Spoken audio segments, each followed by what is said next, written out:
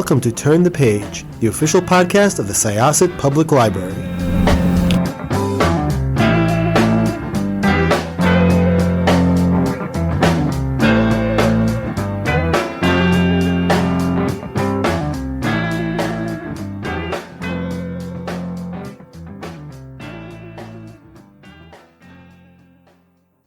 This is Jessica with Turn the Page podcast. This is Evelyn Hershkowitz, Reader Services Librarian. And with us today, we have a very special guest. Our guest is... Sarah Gailey. Hi, Evelyn and Jessica. Thank you so much for having me on the podcast. I'm so excited to talk to you today. Welcome Thank you back. for writing the book. Oh my goodness. Yeah, seriously. Well, and welcome back. This is your third endeavor with us. The first one being a podcast interview. The second one being a virtual event, which was fabulous. I'm going to call that virtual event Swim Towards the Crocodiles in my mind. Because, that if anybody wants to look back on the Syosset trending page, you can see why. It's the videos up there, the virtual BYOB with Sarah Gailey. And this is our third thing. This is an interview about your upcoming book, or a book that will be released as of the time of this podcast. Would you like to tell us about it? I would love to. And you're right, it's been a very Syosset Public Library oriented year for me. Yay. In terms of events. So I'm so thrilled to come back to talk to you about The Echo Wife. It comes out on February 16th, 2021 from Tor Books. And it is the story of Evelyn Caldwell, who's a brilliant scientist who has invented a system of cloning that allows her to clone fully developed adult humans. It's her life's work, and it's the story of her divorce from her husband, Nathan, who she leaves when she catches him leading a secret second life with a clone of her who he created to have a less threatening version of her. Whoa. That is just... How did you come up with that idea? It is just so fabulous. Oh my goodness. I mean, I feel like whenever I answer this question, I think of, who was it? I want to say it was William Gibson, who used to always tell people, oh, I get my ideas in the mail. I sign up for a service and you pay $20 a year and they send you a little brown envelope once a month with an idea in it. Because that feels like about as coherent an answer as any, whereas a real answer is, I mean, this book came from so many places. I wrote it in the aftermath of my own divorce, which was nothing like the divorce in the book. Thankfully, I had been married to a very nice man, and our marriage had to end. But in the dissolution of that marriage and the aftermath of the divorce, I found myself for the first time in my whole life facing the question of, who am I when I'm not defining myself based on what other people need or expect? Circumstances made it to where I moved to a city that I had never spent very much time in, and I didn't really know anybody there. I was very on my own. It was in the Pacific Northwest, which is a very difficult place to meet people and make new friends. And so I was really by myself for the first time in my life thinking, okay, who is this person now that there's no constraints on who I can be and become? Who am I going to be? And, I've been for my entire adult life in a process of trying to answer that question in some way or another. But there were always parameters based on the people around me who I was in relationship with, based on my family, based on my friends. And in this kind of moment of being on my own, I got to grapple with that question, which I found terrifying and fascinating. And that all went into this book. It's so much a meditation on identity, where we come from, who makes us who we are, and what happens to the people we know ourselves to be when the people who have defined us are suddenly not defining us anymore. It was really good. And I have to say, a little known fact for those who don't know our Evelyn personally, if there is a book and there is a main character named Evelyn in it, Evelyn will read that book no matter what it is. You know what? But it's getting harder and harder. Every single book I pick up now has an Evelyn. Oh my goodness. It might not be a major character. It's a minor character. My name all of a sudden is like everywhere. It's just, and I also go by Evie. So it's Evelyn and Evie, and they're like everywhere. Ooh, yeah, there's lots of those. So As How did opposed you to the 80s when everyone was Jessica. Now Yes. everyone is Evelyn. How did you use that name? Was there a reason for it? Oh gosh. It just struck me. I loved the way that I name my characters is like very strange and intuitive, I think. I look for sounds that have a kinship to me with the character's personality. So I wanted her name to have a V sound early on because that's very forward in the mouth and it's very smooth and very certain. It's what's called fricative, like VF type sounds that start right up front, right? And Evelyn is a character who starts right up front. So originally I was considering naming her something like Victoria. And then I caught myself because I have a good friend named Victoria, and I try to never name characters in my books the names of people who I know in real life, because that always ends up being an awkward conversation where they're like, is this what you think of me? And then I also wanted the name to have kind of a smooth feeling because she's very, very interested in seeming calm, very interested in presenting herself as put together. So Evelyn really flows. It doesn't have a lot of hard stops in it. And I recognize that this probably makes me sound like a lunatic when I explain it all out loud, but that's how I picked it. No, it doesn't, because now I want to know how you came up with the name Martine. Now, Martine is the clone of Evelyn, that her husband has been having an affair with her. And later, and this isn't giving anything away, because there's a lot I want to say about this book that I'm afraid will give away too much. And I really want people to read it because it is fabulous. And there's just so much to think about while you're reading it. But so Nathan is the husband, and Martine is the name of the Echo wife, I suppose. How did you come up with that name? Because that is a very unique name that you do not hear a lot. Yes. There is one consideration that went into the name that would be a big spoiler, which I think might be one of the things you're thinking of that I won't say, but it was right. Okay. Answer that in the least spoiler-free reason. The most spoiler-free way I can answer that is it was very important to me that her name starts with M for plot reasons. And I also wanted it to be, this is not a spoiler, Nathan created Martine so that he could have a wife who's the opposite of Evelyn, right? Evelyn is very, Evelyn the character, not Evelyn the librarian who I'm talking to and looking at right now, is very career-driven, very poised, very cold. She Not me. I would never accuse you of being anything like Evelyn Caldwell. Her ambition is her primary motivator, and her marriage to Nathan is, secondary would be a compliment. It's so far behind in terms of her priorities. She's like, okay, yeah, we're married, whatever, I have work to do. Martine is designed and programmed because in this book, for readers who don't know, part of this technology involves basically developing and installing a personality into the clone that you get to determine. Nathan programs Martine to be domestic, pliant, infinitely patient, totally dedicated to caring for his needs. She is what he would consider to be the perfect wife, very domestic. And so I wanted a name that would reflect the sort of attention to detail and particularness that comes with being at the pinnacle of your domestic game. I really love domestic life. I really like the domestic arts.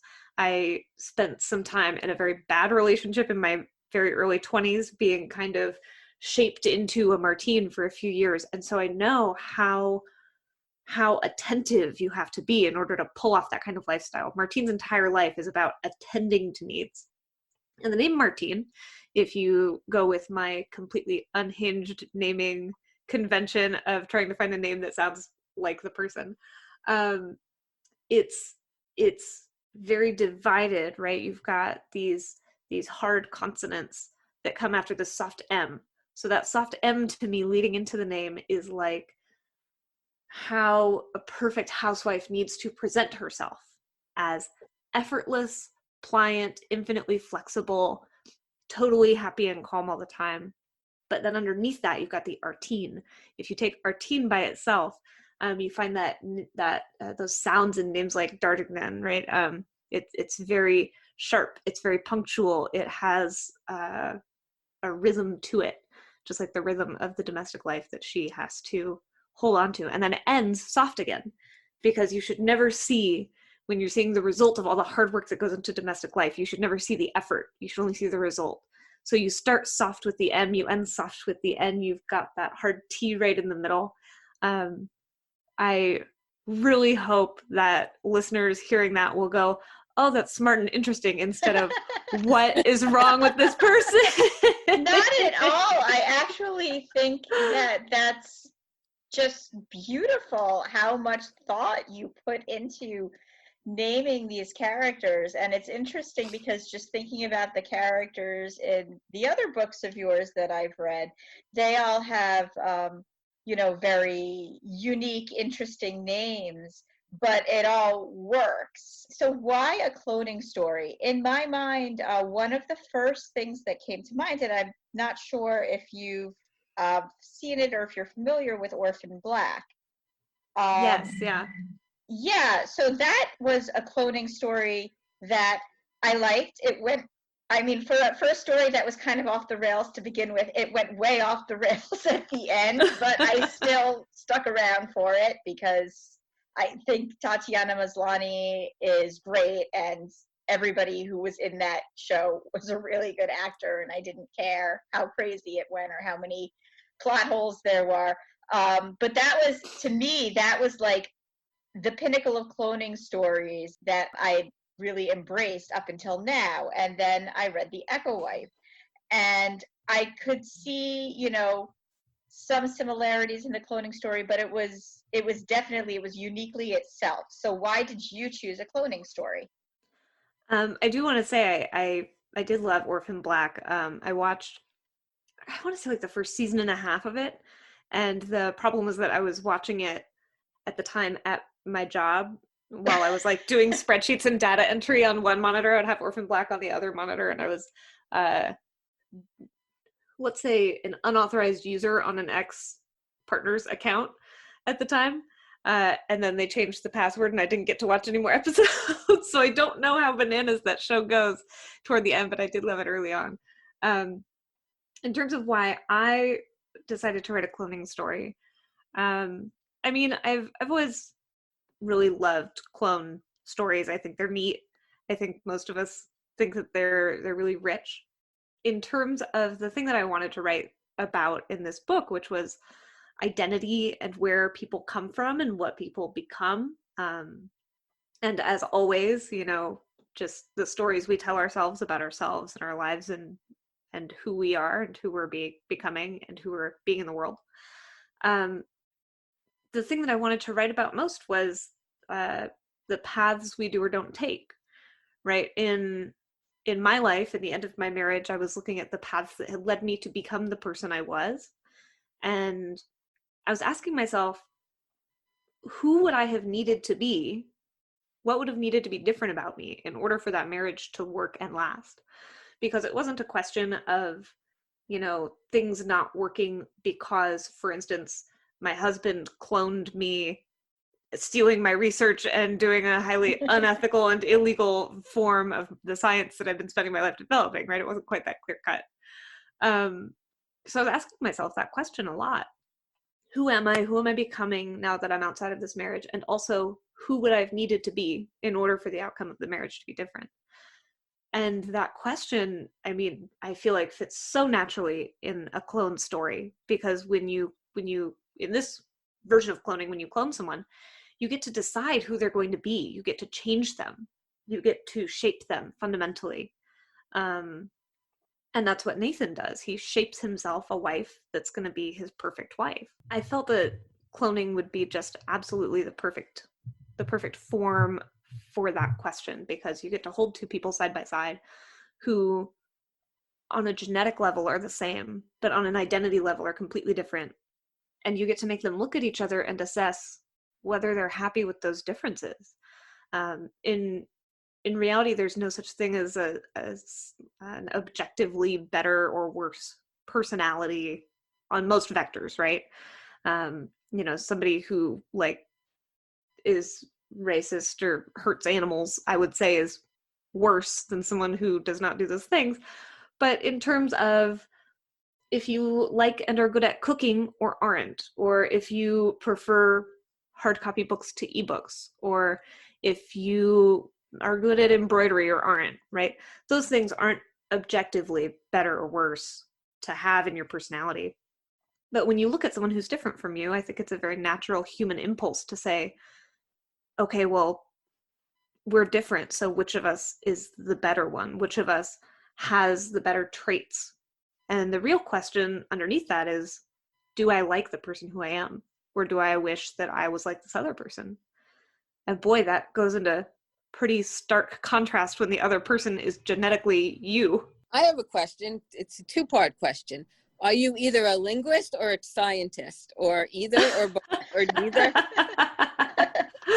I am not a linguist. I love language. I love especially phonetics and dialects, but that is just something that I enjoy. I am by no means any kind of an expert. And I'm no more a scientist than everybody is a scientist. I think that every person is born a scientist. Babies are scientists. They do experiments every day to find out if, for instance, gravity works today the same way as it did yesterday, right? When they dropped the same thing off the side of their high chair 500 times and you're like, it's gonna fall. And they're like, wow, data.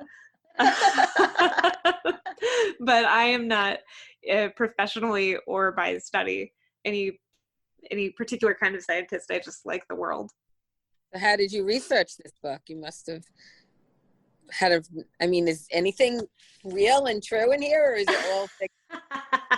I know nothing about it. That's why I'm asking. It's such a great premise, but I don't know if cloning really can be done like you wrote in the book. I'm so excited for this question. People who are listening to this, I don't know if they'll know that we're recording it in early November of 2020. And it's one of the first interviews that I'm doing about this book. And this is a question that I know I'm going to get asked a lot when the book comes out, that right. I need to figure out how to answer without laughing, because I did do a lot of research for this book. None of the science in the book is real.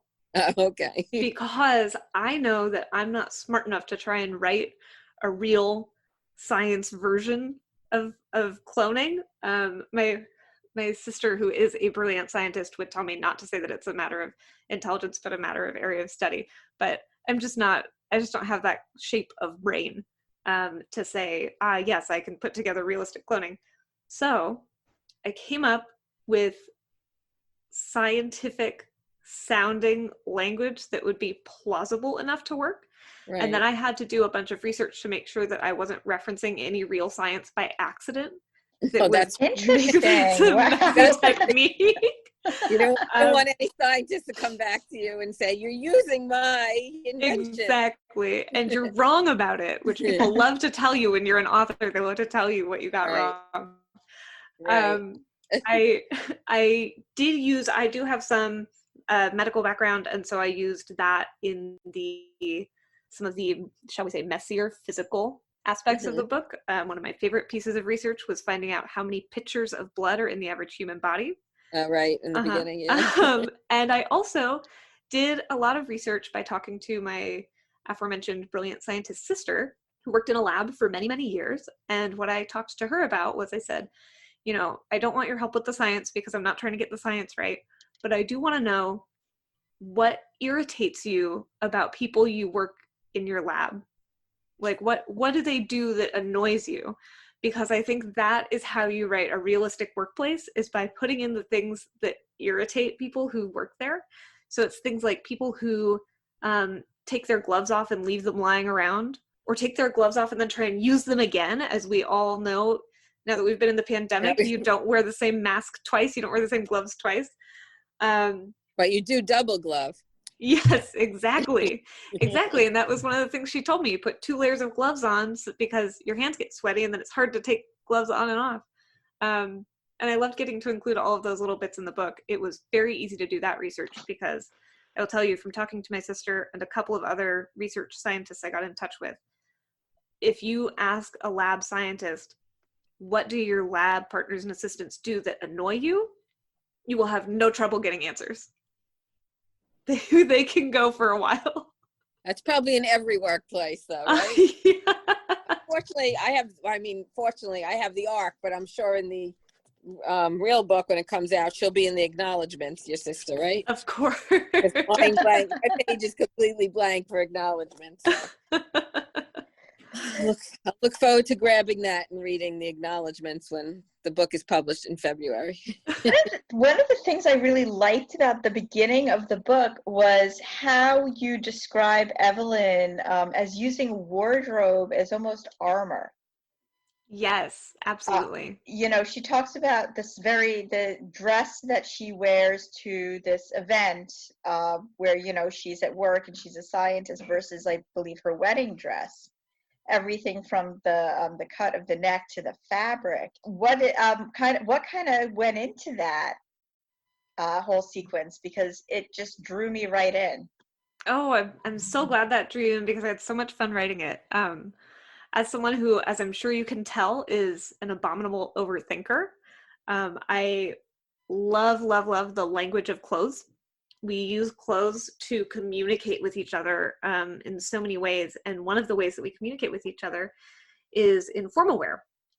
I love reading analyses of formal wear, and the more formal the attire, the more little different phrases there are in what you're wearing. So someone wearing a particular kind of lace over a different type of lace might be communicating something political, might be communicating something historical, might be communicating something very personal to them about their history or their family.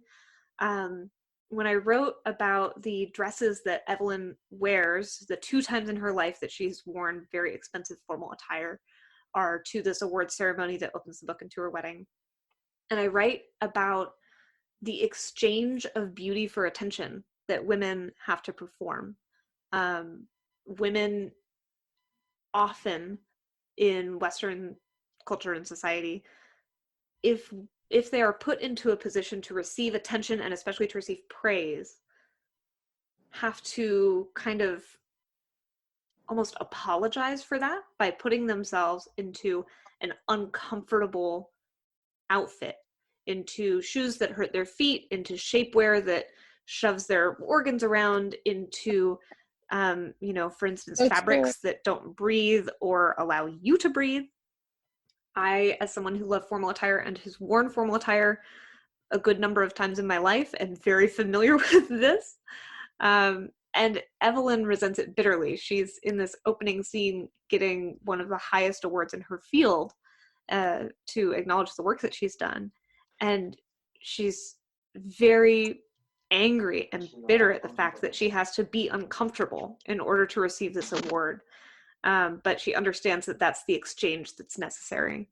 I think it's interesting because, it makes me think a lot of Ruth Bader Ginsburg and the dissent collar. Mm-hmm, yeah, yes. And how, some people would say that she wore her outfits as armor or as a gauntlet, to kind of show what she was feeling at the time.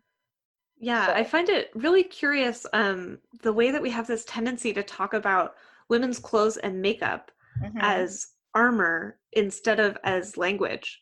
I think that it reflects kind of the combative way that society approaches female appearance in many ways, that women's appearance is so hyper criticized, and people pay such close attention to it and just feel free reign to criticize it. And so I think it's completely fair to call that armor.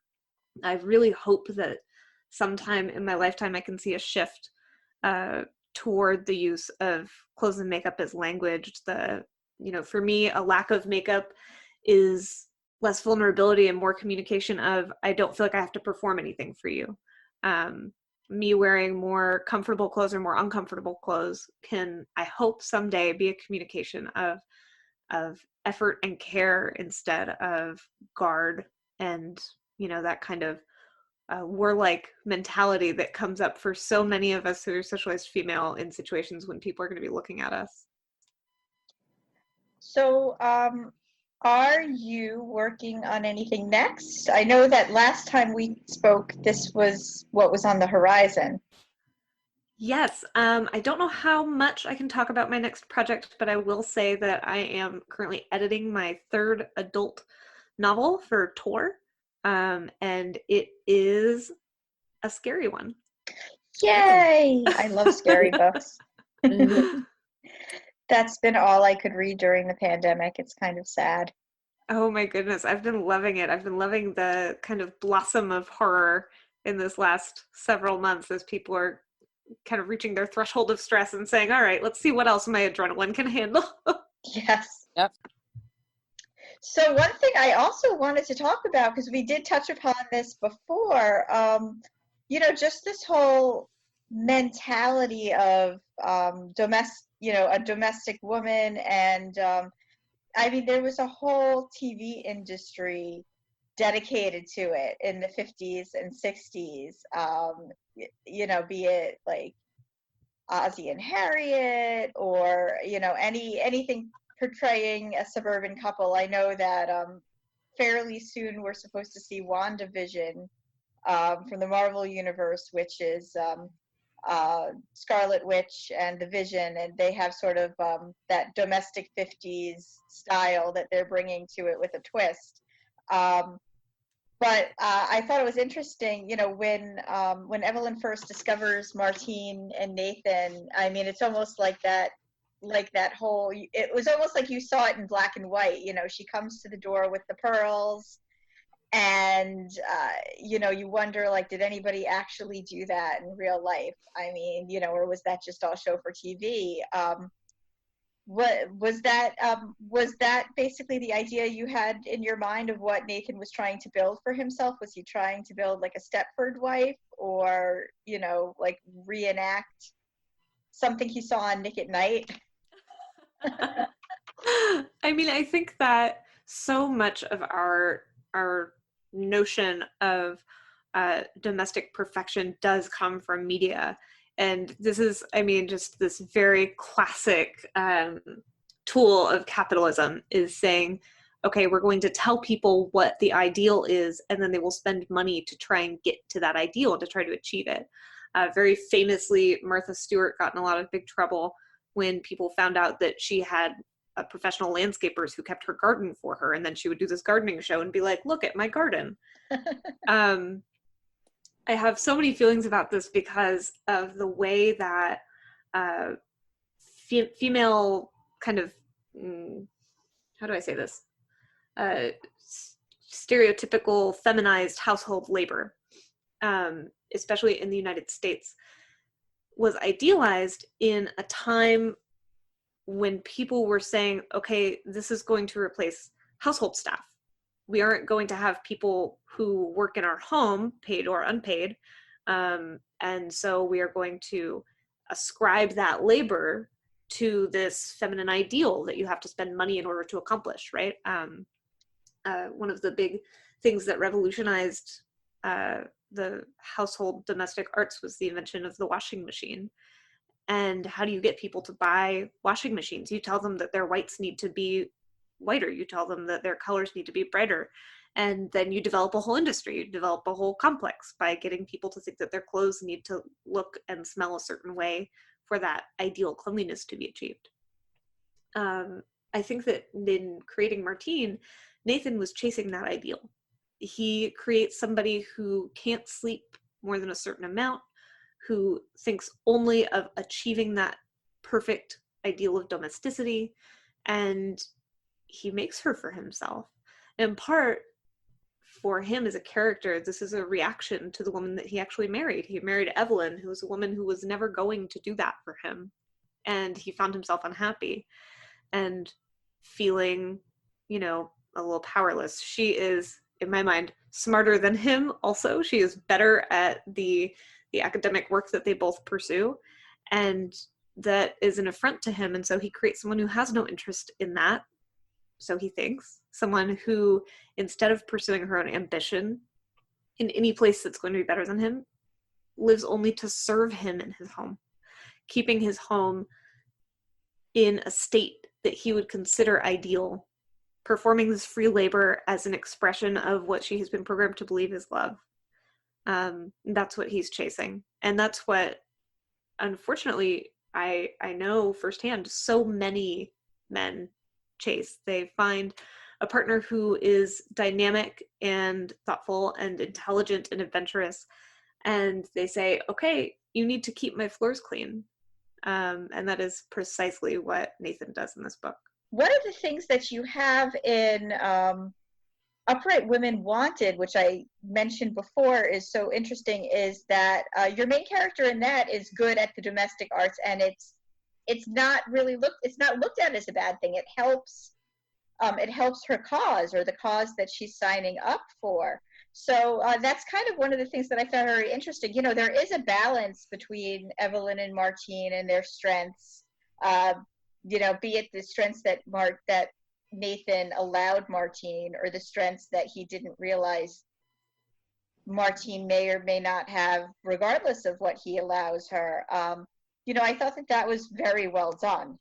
Oh, thank you. I something that I really hope I've accomplished in this book. Most of it is very much from viewed through Evelyn's lens, and she doesn't necessarily have as much of an appreciation of the domestic arts. But something that I hope comes through in this, and that I very particularly wanted to come through in Upright Women Wanted, is that the domestic arts are incredibly valuable. I mean, the only reason that we culturally tend to not consider them valuable is because we ascribe that labor to women, or to women who we want to do it for free, or to people of color who we want to not pay a living wage to do that work.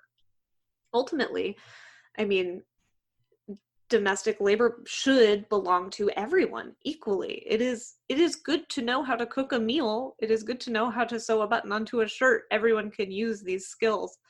And the moment that domestic labor becomes exploitative is when we ascribe it to someone who has to do a disproportionate amount of it on their own, and we don't compensate them for their work, or we don't participate in the work. So in the nuclear family model, right, that 50s housewife model, you've got one woman who's expected to care for and feed children and keep a house clean and orderly, and usually take care of household finances and make sure the bills are paid on time, and keep a nice garden, and also maintain all of the social connections for the family on behalf of the husband. That's too much work for any one person to do. And the solution that that nuclear family model finds is to say, well, that work doesn't matter and isn't hard or important, so you should do it without complaining.